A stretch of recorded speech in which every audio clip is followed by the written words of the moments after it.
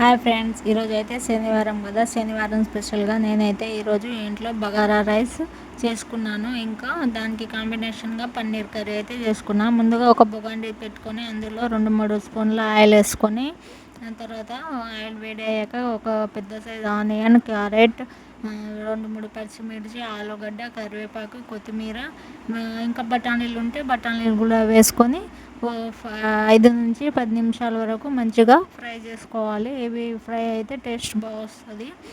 Fry అయ్యాక అందులో కొంచెం ఉప్పు, కొద్దిగా ధనియాల పౌడర్, కొంచెం అల్లం వెల్లుల్లి పేస్ట్ వేసుకొని ఇంకా ఇంకా ఒక 5 మినిట్స్ అయితే ఫ్రై చేసుకోవాలి ఇవన్నీ ఫ్రై అయ్యాక మనం బియ్యం ఎంత అయితే తీసుకుంటున్నామో దానికి కొద్దిగా 1 గ్లాస్ ఎక్స్ట్రాగా మనమైతే వాటర్ వేసుకొని వాటర్ మంచిగా మరిగేంత వరకు ఉడకనిచ్చుకోవాలి. వాటర్ నేనైతే 2 గ్లాస్ రైస్కి 4 గ్లాస్ వాటర్ వేసుకొని ఉడికించుకున్నాను. ఇంకా మీరు ముందే కొంచెం రైస్ని కడిగి నానబెట్టుకుంటే ఇంకా రైస్ అనేది బాగా అవుతుంది, టేస్ట్గా మంచిగా అవుతుంది, తొందరగా ఉడుకుతుంది.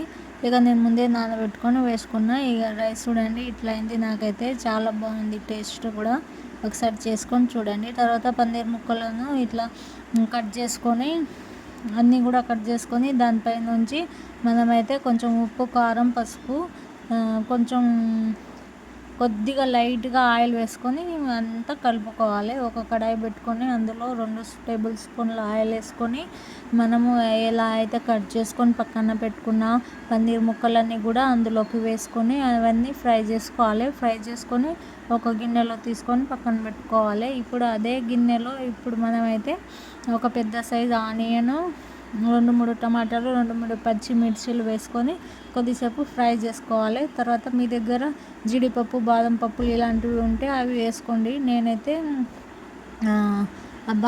జీడిపప్పు, బాదం పప్పులు లేవు కాబట్టి నేనైతే కొంచెం పల్లీలు, పుట్నాలు వేసుకున్న టేస్ట్ కోసం. ఇంకా గ్రేవీ కూడా ఎక్కువ అవుతుంది, అందుకే అది మిక్సీ పట్టుకొని పక్కన పెట్టుకోవాలి. ఇప్పుడు అదే కడాయిలో ఇంకో స్పూన్ ఆయిల్ వేసుకొని అందులో మసాలా దినుసులు అవి వేసుకొని మనం గ్రైండ్ చేసుకొని పక్కన పెట్టుకున్న పౌడర్ కూడా వేసుకొని 2-3 నిమిషాలు ఫ్రై చేసుకొని ఆయిల్ పైకి వచ్చేంత వరకు ఫ్రై చేసుకోవాలి.